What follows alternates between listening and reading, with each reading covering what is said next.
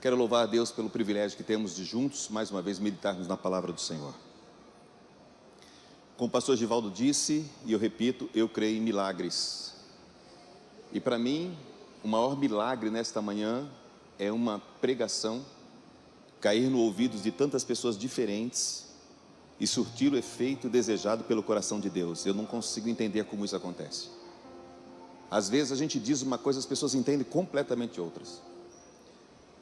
Já houve dias da pessoa dizer assim: pastor, lembra quando o senhor disse isso? Eu não me lembro de nunca ter dito aquilo. Já aconteceram coisas estranhas, uma igreja de amigos meus, na Pavuna, Rio de Janeiro. Eu perguntei para uma irmã, enquanto estava lá pregando: como é que a senhora está? Ela falou: ah, pastor, depois que o senhor orou por mim, como a minha saúde voltou, como eu me recuperei, eu saí do hospital. E eu olhando para ela, e eu pensando comigo: quando foi que eu orei por ela? Eu deveria ter ficado calado, apenas assentido com a cabeça, mas eu, movido pela curiosidade, falei assim: irmã, só para eu me lembrar assim, quando foi mesmo que eu orei pela senhora? Ela falou: lembra, pastor, eu estava no hospital, o senhor ligou para mim. Eu deveria ter me calado ali, mas a minha curiosidade não me permitiu. Eu falei: irmã, conta de novo, como é que foi essa história? Pastor, eu estava na UTI, no hospital, no Rio de Janeiro, e a moça disse assim: tem um telefonema para você. No apartamento que eu estava tinha um telefone, e quando eu atendi, o senhor falou comigo: oi, pastor Isaías. Eu disse: oi, pastor Isaías, tudo bem? E o senhor disse: tudo bem, e o Senhor me enviou para orar por você. Aí eu falei: e o que foi que eu fiz? O senhor orou? É mesmo? Ela falou: é. E depois que o senhor orou, que eu desliguei o telefone, eu fui completamente restaurada. A minha saúde só cresceu. E eu pensei comigo assim: Senhor, tu estás usando meu nome, minha voz, sem que eu permita, Senhor, sem que eu dê autorização, Senhor. Coisas que acontecem assim, irmãos. Eu não me lembro de ter orado por ela, não, mas ficou dito pelo não dito. Então às vezes a gente diz uma coisa aqui, a pessoa fala assim: lembra quando o senhor disse isso? Eu não me lembro, não me recordo. Não, o senhor disse. E eu fico assim num temor tremendo.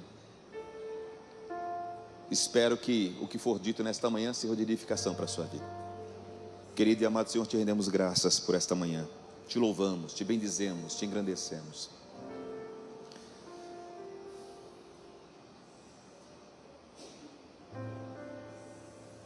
Se o Senhor não tomar a decisão nesta manhã de falar conosco, ninguém, Senhor, pode se colocar em pé e falar em teu nome. Por bondade, por misericórdia, fala-nos ao coração, ministra sobre nós. Nós precisamos ouvir a tua voz, somos carentes de ouvir a tua voz. Nem sempre, Senhor, nós temos consciência plena do quanto necessitamos ouvir a tua voz. Por vezes a consciência é apenas suficiente, por vezes nem consciência temos, ó Deus, mas tu sabes que precisamos ouvir a tua voz. Instrui-nos, guarda-nos, orienta-nos, incentiva-nos, ó Deus, a cumprir a tua palavra. Nós te rogamos e pedimos em nome de Jesus. Amém, amém e amém. Geralmente não dou temas aos sermões que prego, mas se o fosse, o tema desta manhã: qualificados para servir de verdade. Eu gostaria de convidar você a abrir a sua Bíblia juntamente comigo. O texto está lá em João, capítulo 13, e eu vou salpicar. Eu vou ler do versículo 1 ao versículo 4, e depois eu vou ler do versículo 12 ao versículo 17. João, Evangelho de Jesus segundo escreveu João, capítulo 13, do versículo 1 ao versículo 4, e depois eu vou dar um salto. Vou ler do versículo 12, parando lá no 17. Os que encontraram, dê um sonoro amém. Amém? Faltava pouco tempo para a festa da Páscoa. Jesus sabia que havia chegado o tempo em que deixaria este mundo e iria para o Pai. Tendo amado os seus que estavam no mundo, amou-os até o fim. Estava sendo servido o jantar, e o diabo já havia induzido Judas Iscariotes, filho de Simão, atrair Jesus. Jesus sabia que o Pai havia colocado todas as coisas debaixo do seu poder. Jesus sabia que viera de Deus. Jesus sabia que estava voltando para Deus. Assim, justamente por saber o que sabia, levantou-se da mesa, tirou sua capa e colocou uma toalha em volta da cintura. Versículo 12. Quando terminou de lavar-lhes os pés, Jesus tornou a vestir sua capa e voltou ao seu lugar. Então lhes perguntou: vocês entendem o que lhes fiz?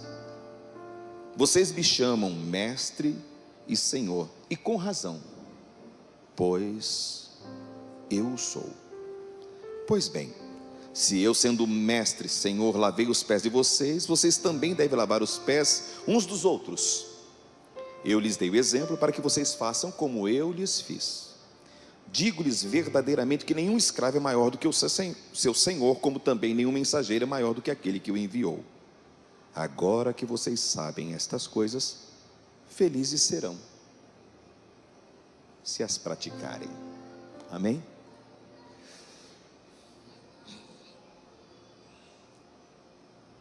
Não se passaram muitos dias desde que Jesus, lá na Galileia, como que no nordeste do país, fez uma pergunta aos seus, na região de Filipe: o que é que os homens dizem a meu respeito? Fez uma enquete. Uns disseram isto, outro aquilo, e Jesus pergunta aos seus: e vós? Pedro toma a palavra e diz: tu és o Cristo, o Filho do Deus vivo. Uma declaração contundente, uma declaração avassaladora para qualquer judeu fazer. O reconhecimento não apenas de que é o Cristo, que já era muito, mas ele coloca uma vírgula e ainda acrescenta: o Filho do Deus vivo. Diante dessa imprecação, Jesus olha para Pedro e para os demais e diz assim: isso que lhe foi concedido, você não recebeu na Socigram, na Unigran, você não recebeu na faculdade, na universidade. Isso é o meu Pai que soprou, meu Pai que revelou a você, isso foi meu Pai que lhe deu. E diante desta revelação, Jesus tomou a consciência de que era o momento de rumar para Jerusalém. Chegou o momento de dar a sua vida. Por diversas vezes Jesus se desviou, por diversas vezes Jesus se ausentou de determinados lugares, por diversas vezes Jesus não entrou em conflito com os religiosos, porque tinha hora, momento, local. E Jesus compreendeu que aquela era a hora. Pela primeira vez Jesus está virando as costas para Galileia e está rumando para Jerusalém.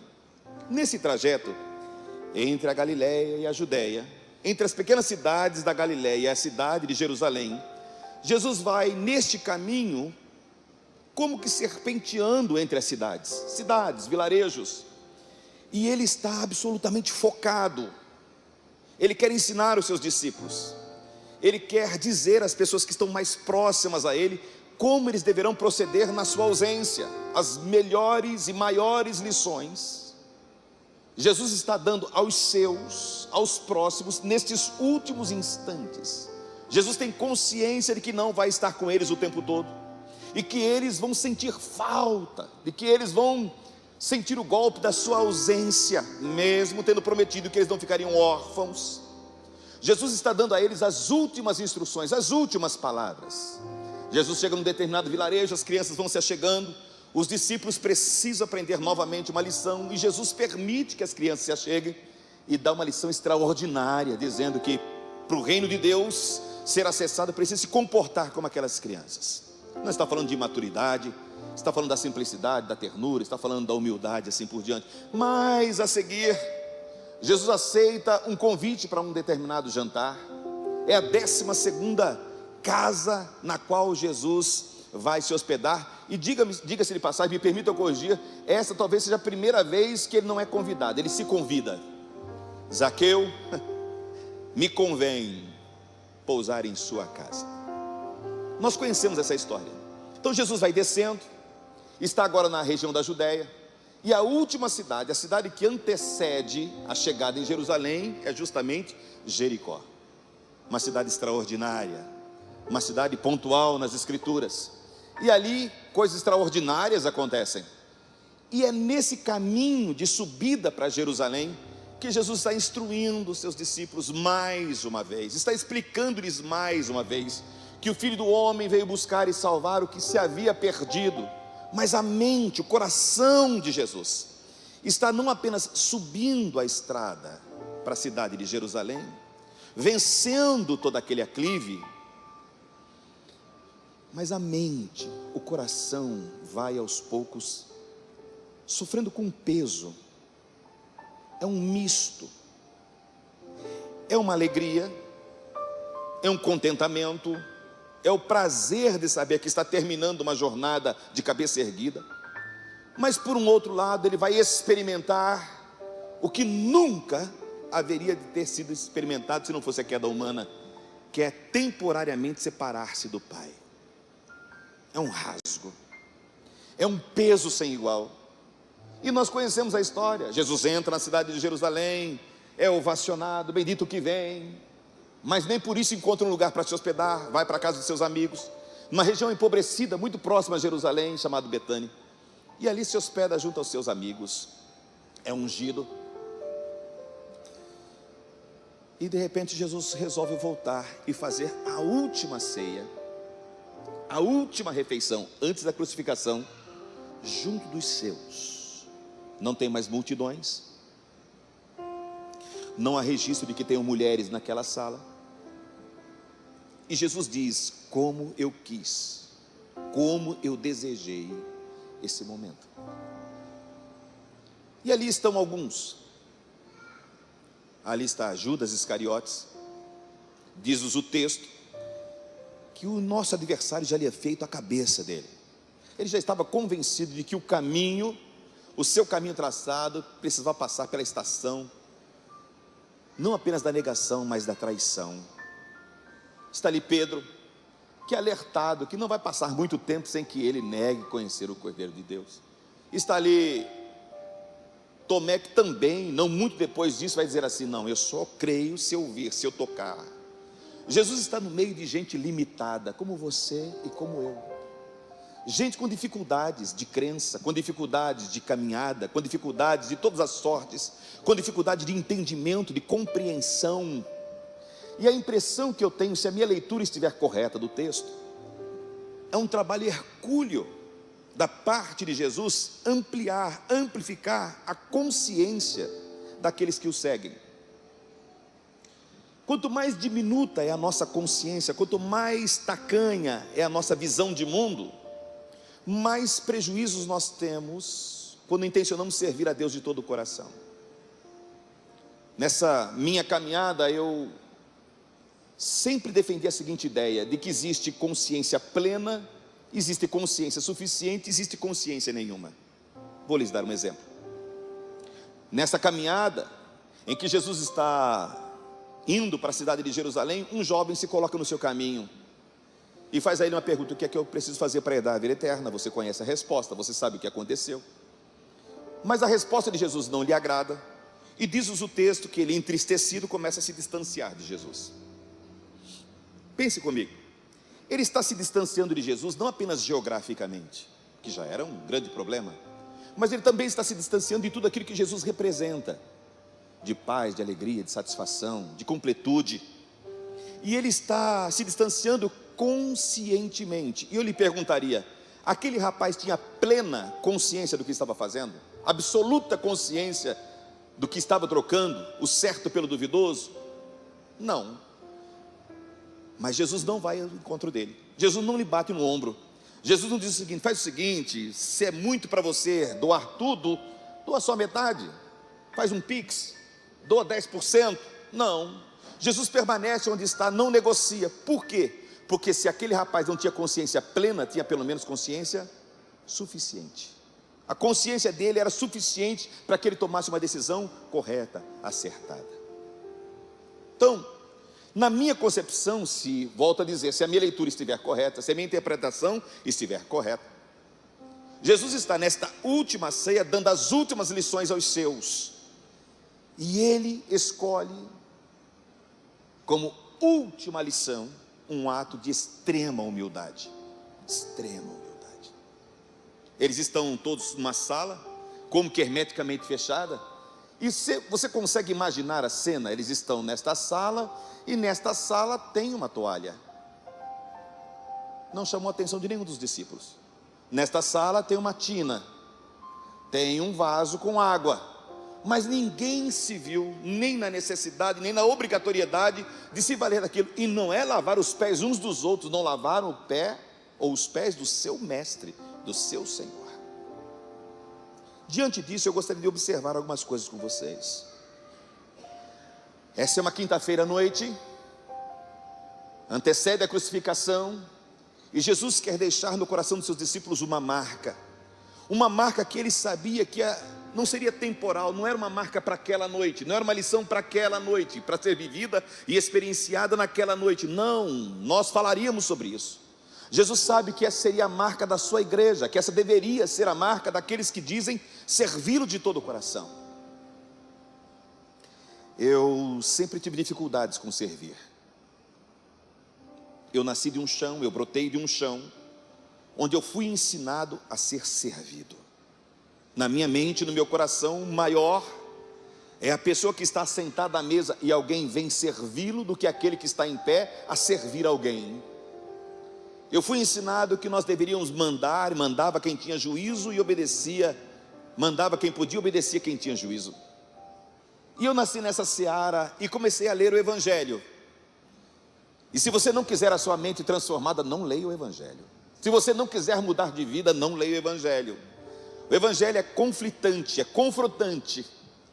E de repente eu lendo o Evangelho, me deparei com as palavras de Jesus quando disse assim: no mundo se opera da seguinte maneira: os senhores mandam e são obedecidos, os governadores dizem o que querem e a sua vontade é prontamente obedecida.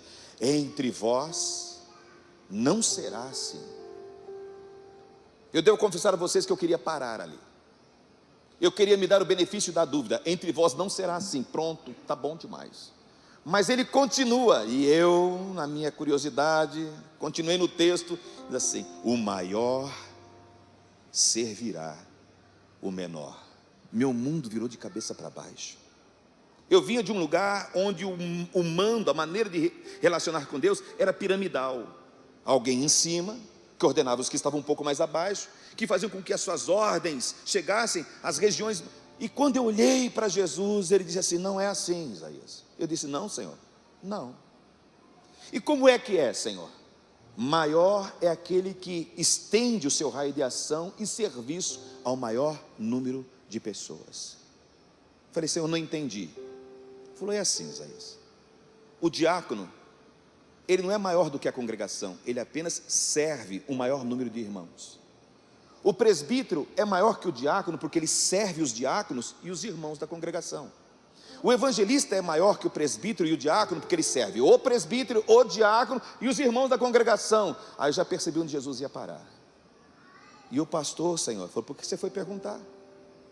O pastor é o que serve, o evangelista, o diácono, os irmãos, o pessoal da porta, é o que mais serve. Eu falei: Senhor, então não sei se eu quero isso não, porque eu aprendi a ser servido, nunca aprendi a servir. E quando eu me deparo com esses textos, minha cabeça, desculpe a expressão, buga. Eu fico todo transtornado, porque é contrário à minha natureza caída. Você entende isso? É um exercício contrário às minhas vísceras, é um exercício contrário ao leito do rio, é navegar contra a maré. E eu, cada vez que leio, me deparo com textos como esses e minha cabeça, mais uma vez. Digo isso para vocês porque há mais ou menos uns 6, 7 anos atrás, eu também não me lembro porque eu tomei a decisão de pregar o Evangelho todo, começar desde o capítulo 1 até o último, e comecei pelo Evangelho de Marcos. Fiquei 3 anos pregando só o Evangelho de Marcos. Eu me converti de novo.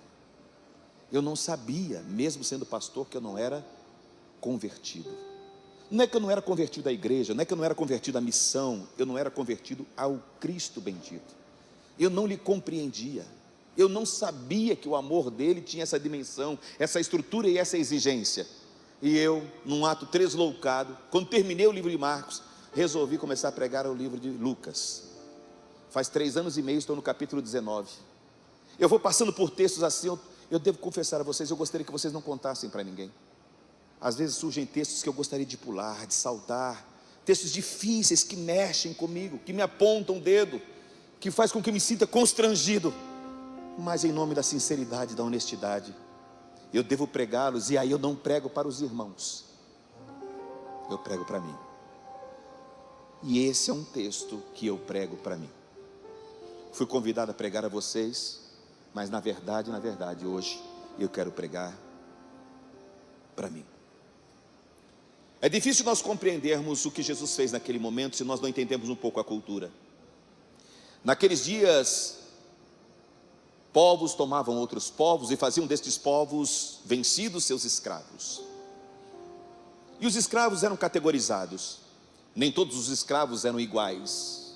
Por exemplo, era possível você ser um judeu semi-analfabeto e ter sob os seus cuidados um grego absolutamente alfabetizado, quem sabe até mesmo um filósofo, um teólogo. Era possível você ter pessoas mais bem preparadas, com conhecimento sobre culturas, sobre agro e assim por diante, aos seus cuidados, quando na verdade você pouco sabia disso. Então você categorizava os seus escravos, os seus servos. A palavra servo é tão bonita, não é? Mas o termo mais honesto aqui é escravo. Parece que nos ofende os ouvidos, né? Nós temos uma história, não é isso? E quando a gente fala de escravos, parece que nos choca mais, mas esta é a palavra. Eles eram escravos. E entre os escravos, aqueles que sabiam ler e que sabiam um pouco de matemática, eram colocados nas finanças. Os escravos que sabiam cozinhar, por exemplo, cuidavam da culinária. Mas tinha aquele escravo que era orelha seca, o escravo que era analfabeto, era o raso do raso. A este era designado os trabalhos mais humildes: jogar e esvaziar as latrinas, e abaixo disso lavar os pés. Algum tempo atrás, talvez alguns de vocês se lembram, o presidente americano George Bush foi no Oriente Médio, e se não me falha a memória, foi no Egito, e um repórter tirou o calçado e jogou na direção dele. Alguém se lembra dessa cena? Jogar um calçado, você deve estar pensando assim: como ele foi ruim de mira, não acertou o presidente numa distância tão próxima. O objetivo não é acertar o presidente. No Oriente Médio, todos sabiam o quanto aquilo era ofensivo. Para um árabe, um egípcio, por exemplo, a maior ofensa que você pode fazer a ele é dizer a ele: você é filho do sapato. Porque para eles o sapato, o calçado, é onde pisa em tudo que não presta. É o que consegue consumir ou trazer para si tudo aquilo que é de mais execrável. Então os pés, lavar os pés de alguém, era reservado aos escravos mais forrebas. Não apenas os escravos, mas os escravos mais desqualificados. Naqueles dias, quando nós estamos habituados a ver na cena de Leonardo da Vinci, aquela ceia, né, onde Jesus está ladeado pelos seus apóstolos, ela não corresponde, ela é uma ilustração anacrônica, porque nos dias de Jesus as mesas não eram altas como as nossas são hoje, nós não tínhamos cadeiras como nós temos hoje. As pessoas sentavam-se e colocavam os pés de lado, apoiando-se no cotovelo, e comiam com as mãos. Então por que era necessário lavar os pés? É claro, naqueles dias não havia o asfaltamento bonito como tem na cidade de Dourados hoje, não tinha buraco nos lugares, nada, eles não tinham absolutamente essas coisas. E então, eu posso falar porque eu já morei aqui, então eu tenho um pouco de autoridade sobre isso. E aí então, os pés ficavam muito empoeirados. Imagina você comendo e alguém com os pés muito próximo a você. Aquilo era uma indelicadeza, certamente aquilo não cabia, por isso que se lavava os pés. Você se lembra daquela cena em que Jesus repreende o anfitrião e diz o seguinte: ó, eu cheguei em sua casa e você, não é que você não lavou os meus pés, você nem ao menos me deu água para que eu pudesse lavar os meus pés. Era uma ofensa profunda. Então vejam, o texto está nos dizendo que Jesus está entre os seus, e como ninguém o fez, ele vai, tira as suas vestes superiores, fica com as vestes apenas mais íntimas, toma uma toalha, amarra no seu dorso, pega uma bacia com água, e ele começa agora a lavar os pés dos seus discípulos. Cadê a sua grandeza? Cadê o seu senhorio? Cadê a sua autoridade? Cadê a sua capacidade de mando? Quando nós lemos uma cena e vemos uma cena como essa, não nos impacta tanto, mas impactou muito os seus discípulos. E Jesus estava mostrando a eles, a mim, a você, que a verdadeira grandeza é medida não pela altura que alcançamos, mas pela disposição, pelo compromisso com que nós nos abaixamos. Jesus está sendo coerente com os seus sermões. Jesus está sendo coerente com a sua vida. Ele não veio para ser servido, mas para servir e dar a sua vida em favor de muitos. E essa é a escola de Jesus. Por isso, se você é uma dessas pessoas que gostam de anotar, aqui vai o primeiro princípio. A consciência de quem nós somos em Deus determina a qualidade do serviço que nós prestamos à comunidade. Se você não tiver consciência de quem você é em Deus, você vai ter dificuldades, como eu sempre tive grandes dificuldades de servir os meus irmãos. Vamos nos lembrar de algumas coisas. No capítulo 3 de Mateus, Jesus está sendo batizado por João, identificando-se conosco. No capítulo 4, no início do capítulo 4, diz o texto: e ele foi conduzido pelo Espírito Santo ao deserto, a fim de ser tentado pelo diabo. A primeira tentação, qual é? A tentação inicial, a tentação primeira: se tu és. Ele está atacando a identidade de Jesus. Eu não estou dizendo que tu não és, só estou colocando em dúvida. Você precisa provar que você é filho de Deus. Sendo filho de Deus, você não precisa passar pelo que passa, pelas privações pelas quais experimenta. Se tu és o filho de Deus, faz com que essas pedras se transformem em pães. Deixa eu lhes perguntar, qual é a maldade que é nisso? Poder tem, autoridade tem, pedras tem. Aquele que foi capaz de fazer do nada alguma coisa, é capaz de transformar pedras em pães. Eu fico imaginando se tivesse sido dito isso a mim, claro que eu faria. Essa minha insegurança pessoal, claro que eu faria. Essa minha falta de identidade, claro que eu faria. O meu desejo forte, incessante de me provar diante dos meus amigos e irmãos que aqui estão, claro que eu faria. Mas Jesus não pensa como eu, não tem as inseguranças que eu tenho. Jesus tinha consciência de quem ele era.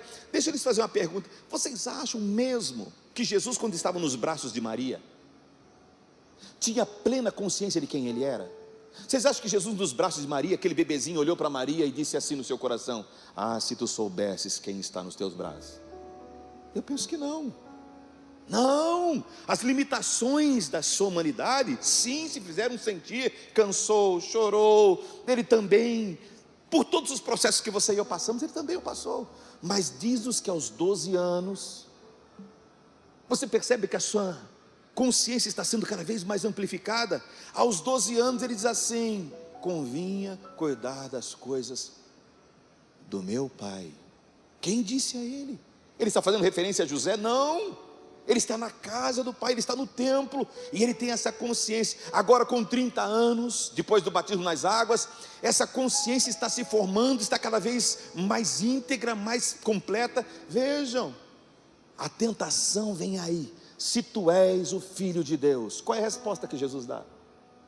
O que me faz perceber, o que me garante identidade de que eu sou filho de Deus, não é a minha capacidade de transformar pedras em pães. O que me faz perceber que eu sou filho de Deus é que há 40 dias atrás eu ouvi uma voz, e essa voz disse: tu és o meu filho amado em quem me comprazo. Tu és o meu filho amado que me dá prazer. Eu me sustento naquilo que o Pai me disse, e o que o Pai disse a meu respeito para mim é suficiente. Essa identidade, essa identificação, esse testemunho. Perguntei a vocês ontem e pergunto outra vez: quantos sermões Jesus havia pregado? Nenhum. Quantas curas havia realizado? Nenhuma. Quantos efeitos extraordinários? Nenhum. O pai olhou e disse: tu és o meu filho. Deixa eu perguntar a vocês: por que é que o pai se deu o trabalho de dizer a Jesus naquele momento que ele era filho, que ele era amado, que ele era querido? Como aquilo fez um bem extraordinário para a alma daquele homem. Ele vai para o deserto convicto. A fome veio, a dificuldade veio, mas a sua consciência de quem ele é. Irmãos, sejamos honestos. Eu quero falar um pouco com os pastores que aqui estão. Que ministério foi esse de Jesus? Um dia ele tem 12.000 membros na sua congregação. É gente que não acaba mais, saindo pelo ladrão. No outro dia, e aí começa aquela discussão entre os irmãos: ele é demais, ele é demais, vamos consagrá-lo rei. Alguém disse assim: e se ele não quiser? Não importa, nós vamos forçá-lo, nós vamos fazer ele ser rei, mesmo que ele não queira, mesmo contra a sua vontade. Jesus ouve estas coisas. Os discípulos estão com o coração cada vez mais soberbos, acreditando que aquilo pode se desdobrar em bênçãos temporais para a sua própria vida. Jesus diz para eles assim: estão vendo aquele barco? Estamos, peguem-no e atravessem o mar. E eles contrariados, diz o texto, eles chateados. Agora que chegou a hora de bombar o ministério, agora que chegou a hora de encher a igreja, agora que chegou a hora das grandes arrecadações, o Senhor manda a gente ir embora. Vai para o outro lado do mar. Eles começam a atravessar. Jesus começa a se despedir das pessoas: graça e paz, irmão, graça e paz, graça e paz, graça e paz, Pai do Senhor, Pai do Senhor, graça e paz. O pessoal vai indo, vai indo, vai indo. Para onde Jesus vai? Orar. A Bíblia não diz o que ele orou, mas quando você lê o Evangelho, você pode pelo menos inferir. Quantas foram as vezes que Jesus disse aos seus discípulos: como vocês têm dificuldade de entender, como vocês têm dificuldade de compreender. Eu fico imaginando lá no monte, ele dizendo: Pai, que missão árdua, transformar o mundo, e o Senhor concedeu-me, ministerialmente falando, 12 homens com tantas limitações, intelectuais, filosóficas, transacionais. Aí ele volta, e aí então Jesus, quando volta, vai caminhar por sobre as águas. Você conhece bem. Havia cibié naqueles dias? Não havia. Havia essas lanternas que a gente compra no Paraguai, funcionam 2 dias, mas funcionam de vez em quando. Não havia nada disso. Você consegue imaginar a cena, Jesus descendo próximo ao mar da Galileia, e aí então ele chega, ele faz aquele teste assim, né? Não afundou. Vocês acham que foi assim? Ou ele simplesmente foi e caminhou? Eu já estive lá algumas vezes, e todas as vezes que eu estive lá eu tentei, e todas as vezes... A senhora está rindo? Jesus vai caminhando, você conhece a história, até que ele chega do outro lado. No outro dia, o pessoal: cadê o homem, cadê o homem, cadê o homem? Alguém disse assim: olha, eu tenho a impressão de que ele foi para o lado de Cafarnaum. A multidão, capítulo 6 de João. As pessoas começam a fazer perguntas para Jesus que Jesus não gosta de responder. Toda pergunta que não tem como resposta algo que possa te acrescentar, Jesus não responde. Senhor, quando foi que tu chegaste aqui? Ele falou: não, quando foi que eu cheguei aqui não é importante. Deixa eu dizer a vocês, vocês estão aqui porque vocês querem comer outra vez. O pão que eu multipliquei ontem, vocês querem que eu multiplique outra vez. Mas eu estou aqui para dizer a vocês que vocês não compreenderam, vocês não entenderam.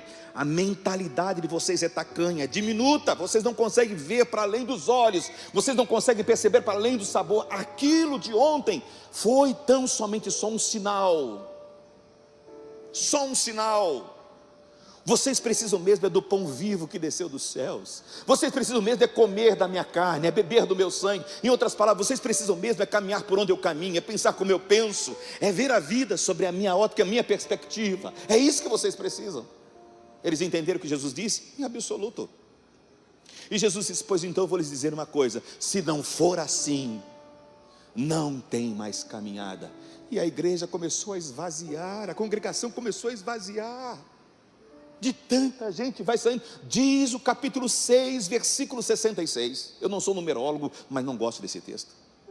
A partir daquele instante, muitos dos seus discípulos o abandonaram e já não queriam mais andar com ele. Esse texto mexe comigo. Por que que alguém haveria de abandonar Jesus? Por que que alguém haveria de deixar? Irmãos, centenas de pessoas já me abandonaram e já deixaram de andar comigo, e eu dou a elas razão. Elas têm razão. Eu sou um pastor decepcionante, eu sou um pregador decepcionante, eu sou um cristão decepcionante. Eu tenho uma camiseta que está escrita assim: se eu ainda não te decepcionei, calma, a sua hora vai chegar. A de alguns chegou ontem à noite, outros vai chegar agora de manhã, mas vai chegar. Mas Jesus, como ele nos decepcionaria? Mas lançamos sobre ele expectativas as quais ele nunca se comprometeu em suprir. E as pessoas foram embora. Deixa eu perguntar a vocês: Quando a gente vê, pastores, as pessoas indo embora, a gente não tem vontade de correr na porta. Faz o seguinte, não foi bem isso que eu disse, não foi com essa ênfase, não foi dessa maneira. A gente quer estancar o processo, não é assim. Jesus olhou para os seus que queriam ficar e disse assim: vocês não querem aproveitar o momento que a porta está aberta e ir também? Eu olho para Jesus, eu fico sempre pensando, eu do lado de Jesus, eu diria: mestre, não fala isso, mestre, não diz isso. Por que, Isaías? Porque pode ser que eles vão mesmo. E Jesus disse: você acha que é só um teatro? Deixa eu perguntar a você que é pastor, que segurança é essa? Que firmeza é essa? A ponto de ver minguar, a ponto de ver as pessoas irem embora e não correr atrás. Só uma consciência plena de quem ele é, de onde ele está, daquilo que ele sabe, é que pode fazer com que alguém haja dessa maneira. É essa mesma consciência que fez com que ele se baixasse para lavar pés empoeirados e não se sentisse rebaixado por ninguém. Você entende isso? É isso que nos capacita a servir aos irmãos, sem que isso nos diminua. É isso que nos capacita a ser bênção na comunidade, sem ficar procurando necessariamente a aprovação de quem quer que seja, sem ficar correndo à frente de uma lente, sem ficar correndo à busca da aprovação. Aí você diz assim: pastor, mas eu sou assim. Eu sei, porque eu também sou. Eu sei, porque eu sempre vivi assim. Mas sejamos honestos, é um peso, não é? É um peso. Bom é a gente saber quem a gente é em Deus. Bom é a gente saber o lugar que a gente ocupa em Deus. Porque o lugar que a gente ocupa em Deus faz da gente gente que se cuida de gente, que gosta de gente, que trabalha em favor de gente e que quer fazer o que é certo, pura e simplesmente porque é certo. Jesus sabia que o Pai havia colocado todas as coisas debaixo do seu poder. E é por saber disso que ele nos ensina que a verdadeira liderança não se impõe. A verdadeira liderança não se coloca. A verdadeira liderança é aquela que serve, é aquela que se rebaixa.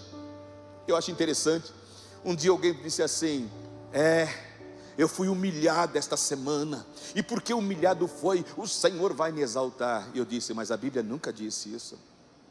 Diz? Não, não diz. A Bíblia diz: aquele que se humilha, não aquele que é humilhado. Às vezes você foi humilhado porque se meteu numa causa que não era sua. Às vezes você foi humilhado porque agiu de maneira incorreta. Às vezes você foi humilhado porque buscou humilhação. Não é desse tipo de humilhação que Deus está falando. Deus está falando daquela pessoa que olha para si mesmo e não pensa acerca de si mais do que convém. Interessante, o texto não diz: não penseis acerca de vós menos do que convém. Por quê? Porque ninguém pensa menos. A gente sempre pensa mais. Eu dou conta, eu faço, eu aconteço. E Jesus, que podia todas as coisas, fazia e acontecia, não encontrou dificuldades nenhuma em se ajoelhar diante dos pés dos seus discípulos empoeirados e lavá-los um a um. Sejamos honestos, lavar os pés das pessoas não é fácil, mas tem algumas pessoas que nós até lavaríamos, não é? Gostamos tanto delas, as admiramos tanto. Mas diz-nos o texto que Jesus, amando os seus, amou-os, demonstrou o seu amor até o fim.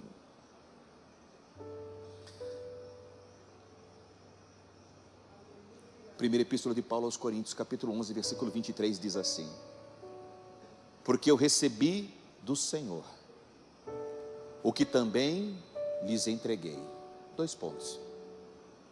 Que o Senhor Jesus, na noite em que foi traído, eu fico olhando para Paulo, dizendo assim: Paulo, tu não estás instruindo os coríntios acerca do bom proceder na ceia? Estou. Por que é que tu foste falar da traição? Aí Paulo me diz assim: não fui eu que fui falar não. Quem falou para mim, você não leu lá? Foi o Senhor. Irmãos, Paulo na carta aos Gálatas, ele diz o seguinte: que tudo que ele sabia, ele não aprendeu com Pedro, ele não aprendeu com João, não foi aos pés dos apóstolos, ele aprendeu com Jesus. Pensamos nós, que no tempo quem passou na Arábia, ou que passou até mesmo na Síria, mas o Senhor Jesus instruiu a Paulo. Eu fico imaginando a cena, Paulo, Jesus descrevendo para ele aquela quinta-feira à noite: Paulo, naquela noite em que eu fui traído. Por que é que Jesus teria dito isso a Paulo? essa cena já havia acontecido há dezenas de anos. Essa revelação que Paulo teve muito a posteriori. Por que que Jesus, que já estava no céu glorificado, haveria de dizer a Paulo que naquela noite era uma noite marcada pela traição? Vejam o quanto pesou no coração do meigo Nazareno. Mesmo ele no céu não se esqueceu de uma traição que sofreram aqui na terra. Por quê? Porque difícil não é lavar os pés de quem a gente gosta. Difícil é lavar os pés de quem nos trai. Difícil é lavar os pés de quem duvida. Difícil é lavar os pés de quem a gente não gosta. Já é difícil lavar os pés, mas Jesus diz assim: não faça distinção. Eu fico imaginando Jesus lavando os pés, quando chegou no de Judas pulou. Não. O que condenou Judas não foi o ódio e o rancor, foi o amor de Jesus. O amor de Jesus condenou a Judas. Quando alguém te fere, quando alguém te machuca, irmão, sejamos honestos. Servir alguns irmãos aqui na igreja é muito simples e gostoso. Quando você dá um jantar, quando alguém te chama para ir jantar na casa dele, você não vê a hora de poder dar um jantar para retribuir. É ou não é verdade? Quando alguém chama você e faz uma benesse, ou te empresta um dinheiro, ou faz alguma coisa que lhe faz sentir-se bem, você não vê a hora de dar um presente, porque nós não gostamos e nem queremos dever nada a ninguém, nem mesmo favores. Quando a gente leva para a nossa casa, nós damos a melhor prataria, o melhor copo. Não é assim que a gente faz? Porque a gente quer retribuir. Eu pergunto a vocês, como retribuir o que Deus fez por nós? Como? Nós temos dificuldade de lidar com a graça de Deus por causa disso. É de graça. A gente, de graça, é de graça. Fala, mas não tem que fazer nada. Não é que não tem que fazer, é que você não pode fazer. Não há nada que você faça que vai diante de Deus servir ou como uma troca, ou reconhecimento diante daquilo que Ele fez por mim e por você. Consciência. Um outro ponto que nós estamos observando aqui, olha o que diz. Paulo vai nos dizer na sua carta aos Efésios, no capítulo 2, versículo 6, que nós fomos feitos filhos. Nós agora estamos na condição de filhos, e nós podemos chamá-lo como quem chama um pai, filhos. E Paulo diz que não apenas somos filhos, mas estamos numa posição elevada, assentados com Ele nas regiões celestiais. E mais, selados por Ele, com o Espírito Santo da promessa, e participantes junto dEle, da sua natureza divina. Veja as pessoas das quais você se cerca hoje. Veja quem são as pessoas que estão sentadas ao seu lado. Você deve estar pensando assim: eu nunca pensei a meu respeito, eu nunca me olhei sob essa ótica, mas é assim que Deus nos vê, é assim que Deus nos contempla. E Pedro vai dizer que nós somos não apenas temos todos esses privilégios, mas somos chamados a cooperar com Ele na implantação do reino de Deus. Que coisa extraordinária, que coisa extraordinária. Às vezes a gente vê uma pessoa assim tão simples aqui na igreja, sem muitos dons, sem muitos talentos, e nós nos esquecemos da posição que ela ocupa diante de Deus, e precisamos respeitá-la e servir a ela. A Bíblia nos diz que os anjos são seres espirituais ministradores, e que ministram acerca daqueles que hão de herdar a salvação. Pessoas que por vezes aos nossos olhos têm tão pouco valor, aos olhos dos anjos de Deus são objetos de seu serviço. Quando o anjo chegou e apareceu ao homem de Deus, e o homem de Deus colocou, falou: não se curve, não se curve, não se curve, eu vim aqui para servir você. Que coisa extraordinária. O meu desejo nesta manhã é que Deus nos dê um batismo, é que Deus nos imerja, é que Deus nos contemple com essa graça que nos capacita, que nos leva e que nos gere no nosso coração o prazer em servirmos uns aos outros. E cada um de nós serve com o que Deus deu. Alguns servem com um sorriso ali na porta. Como é importante o seu trabalho ali. Como é revigorante você chegar numa igreja e alguém com honestidade e sinceridade de coração observar e notar você e dizer assim: seja muito bem-vindo. Como é importante quando um pastor se levanta, vem aqui e contempla a igreja com um naco da palavra de Deus. Como é extraordinário, como é bom. Estava vendo cantando com uma alegria, com uma disposição, eu acho isso extraordinário. Mas existem outras posições que não estão debaixo do holofote. Existem outras posições que ninguém vê. Mas ainda que os servos não sejam vistos pelos homens, os filhos sempre estão diante dos olhos de Deus. Sirva com a alma, sirva com o coração, com todas as suas forças. Tudo quanto vier à sua mão, faze conforme as suas forças. Ah, mas eu não faço como fulano, eu não faço como ciclano. Que bom que você não faz como ciclano, nem como fulano, porque Deus não lhe chamou para fazer como eles, porque eles também não conseguem fazer como você. Vocês se lembram daquela senhora que eu citei aqui ontem à noite? A irmã Suzana. Eu morei na casa dela, foi a primeira casa que eu morei aqui em Dourados. Ela é uma mulher muito usada por Deus, e nós estávamos um dia em sua casa em oração, e Deus a tomou e disse assim: eis que eu dei a você, falando comigo, eis que eu dei a você o que eu não dei a outros. Como você acha que essas palavras chegaram aos meus ouvidos? Ao invés de pôr um ponto final, pôs uma vírgula e disse assim: mas eu vou te moer, e eu sou o Deus que quando eu moo fininho. Há 35 anos atrás, eu caí atrás do sofá e chorei muito, porque eu sabia que Deus haveria de moer mesmo. Hoje, eu ouço a mesma voz, parece que eu estou ouvindo-a agora, mas eu já ouço com outro tipo de consciência, uma consciência mais amplificada. E a profecia para mim hoje é esta: eis que eu dei a você o que eu não dei a outros, mas eu também dei a outros o que eu não dei a você. E eu louvo a Deus, agradeço a Deus, porque Deus deu a você o que não deu a mim.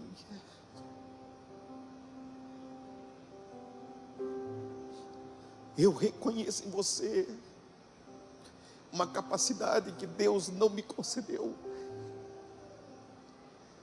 mas que Deus conceda a todos nós a capacidade de servir os nossos irmãos.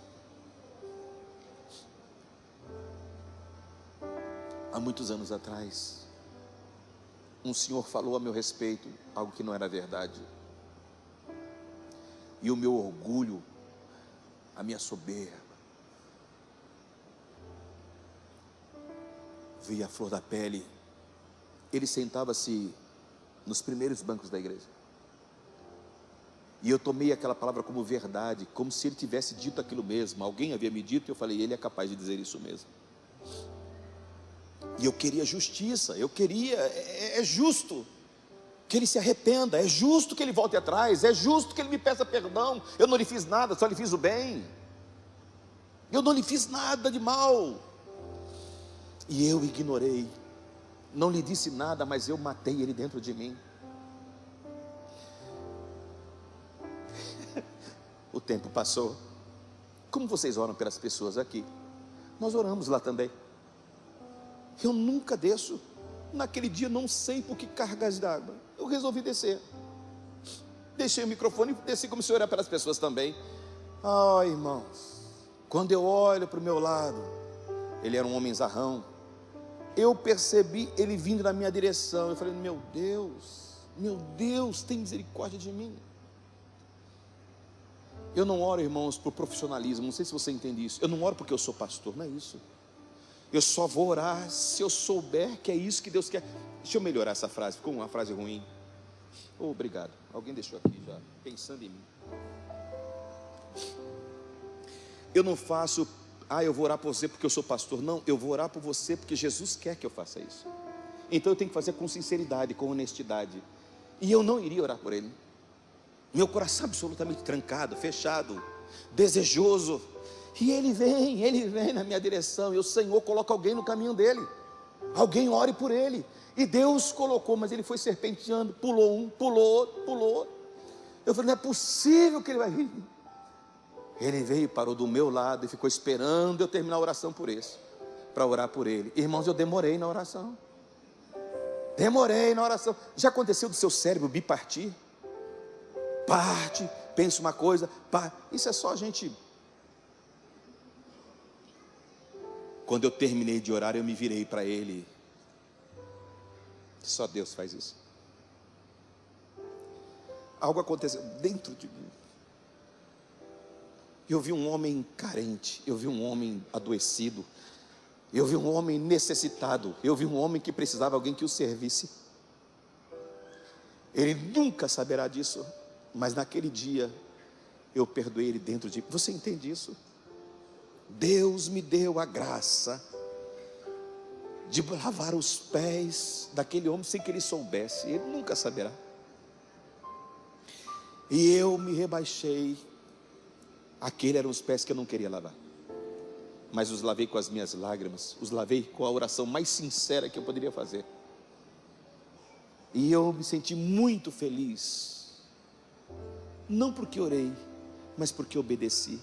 Não porque me pediu perdão, porque nunca o fez, mas porque eu percebi que em mim havia uma amplitude dessa consciência de quem eu sou em Deus e para Deus, e o que é que Deus quer que eu faça. Eu vou terminar.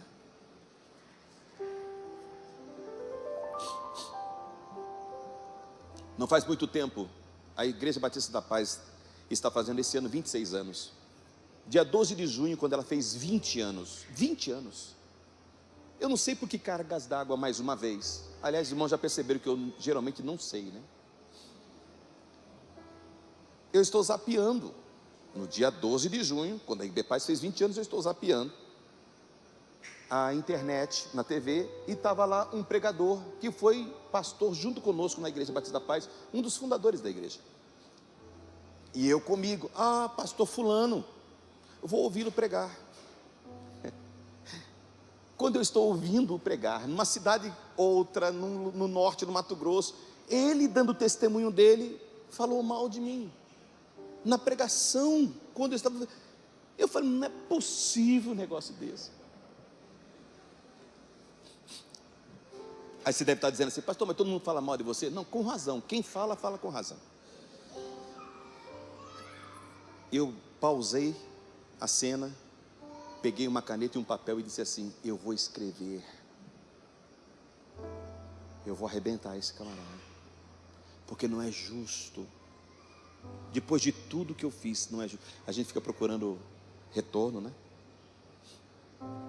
O Senhor falou aqui, você vai se utilizar dos dons e talentos que eu te dei para se defender. Ali a caneta caiu da minha mão, o papel voou. E eu entrei em oração e disse, Senhor, por que isso mexe comigo? O Senhor sabe, e eu já lhe disse inúmeras vezes, eu o perdoei, eu não tenho nada contra ele. Se eu encontrasse ele numa necessidade, eu o socorreria. E o Senhor falou comigo, você socorreria qualquer pessoa, não é porque é ele, não é verdade? É verdade. Mas você quer saber mesmo se você o perdoou? Quero. Então eu vou lhe fazer uma pergunta, Isaías. Eu vou abençoá-lo. Você quer que eu haja com ele com justiça ou com misericórdia? O que é que você respondeu? Você respondeu como eu respondi também. Eu gostaria que Deus exercesse justiça. O que era justiça na minha cabeça? Que Deus o fizesse passar pelo que ele me fez passar, que Deus o trouxesse a tristeza no coração dele, pela qual ele me fez entristecer, e claro, uma besteirinha a mais, para que ele soubesse que eu sou um homem de Deus e comigo não deve se mexer, não é assim? Irmãos, isso é saravá gospel. A justiça humana não opera a justiça de Deus. E eu sabia o que Deus estava falando, e eu chorei, porque Deus estava expondo o meu interior. Você entende isso? Deus, é como se fosse um striptease de alma. Você fica sem colocar as mãos, saber onde fazer com as mãos. E aí eu perguntei, Senhor, por que isso mexe comigo? Ele falou, Isaías, não é fulano, não é ciclano, é você. É o modo como essas coisas mexem com você, é o modo como você se permite mexer. Por quê? Porque você não sabe quem você é em mim e para mim. E o que você é em mim e para mim nem sempre te basta. Você gostaria de ser unanimidade diante de todos. Nem meu filho o foi, que dirá você o será. e mexeu comigo. E eu chorei de novo, porque era verdade. Termino. Jesus termina de lavar os pés, sob protesto de Pedro mais uma vez. E quando ele termina, ele diz o texto. Veja como o texto ele é muito descritivo. É bonitinho demais. Veja como o texto é descritivo. Diz que ele vai e coloca. Vem aqui com o tio. Ei, como que é o nome dele? Tiago? Oi, Tiago. É seu? Ah, é dela? Jesus vai e coloca as suas vestes outra vez. E aí Jesus faz uma pergunta interessantíssima. Vocês entenderam o que eu fiz?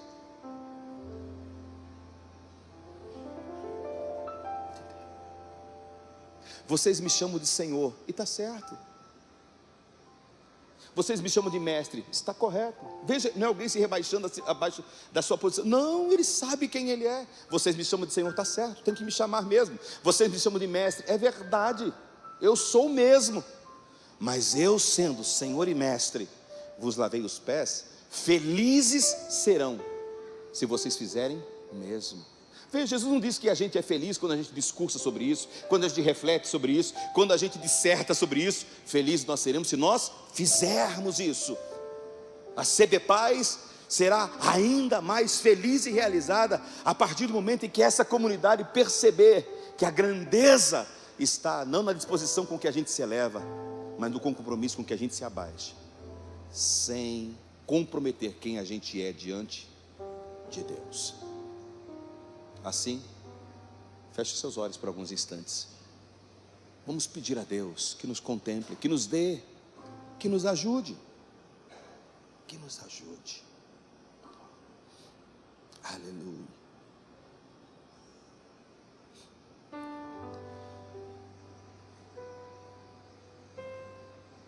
Jesus, no deserto, na terceira tentação, ouviu do nosso adversário: tudo isso te darei, se prostrado me adorares. Proste-se, dobre-se, ajoelhe-se. Jesus jamais tomaria um império, uma nação, uma etnia, por bajulações, negociando valores e princípios. Mas o mesmo Jesus que não se dobrou, o mesmo Jesus que não se curvou diante do diabo, curvou-se diante dos seus discípulos, para dar-lhes uma lição que não seria confinada àquele lugar nem àquele tempo, uma lição na qual nós hoje falamos sobre ela e nos esforçamos para colocá-la em prática. Por isso, lavemos os pés uns dos outros, com amor, com alegria, com satisfação, pois é isso que o nosso Senhor espera que o façamos. E é essa comunidade que aqui está, ouvirá da cidade de Dourados e todas as adjacências, aqueles que colocaram o mundo de cabeça para baixo, chegaram até nós. Obrigado, Senhor, por esta manhã. Obrigado, Deus, por esta palavra. Obrigado, Deus, por esta oportunidade. Obrigado pela vida dos meus irmãos que aqui estão. Louvado seja o teu santo e precioso nome. Guarda-nos debaixo destas mãos preciosas. Te louvamos e bendizemos por tudo em nome de Jesus. Amém. Amém.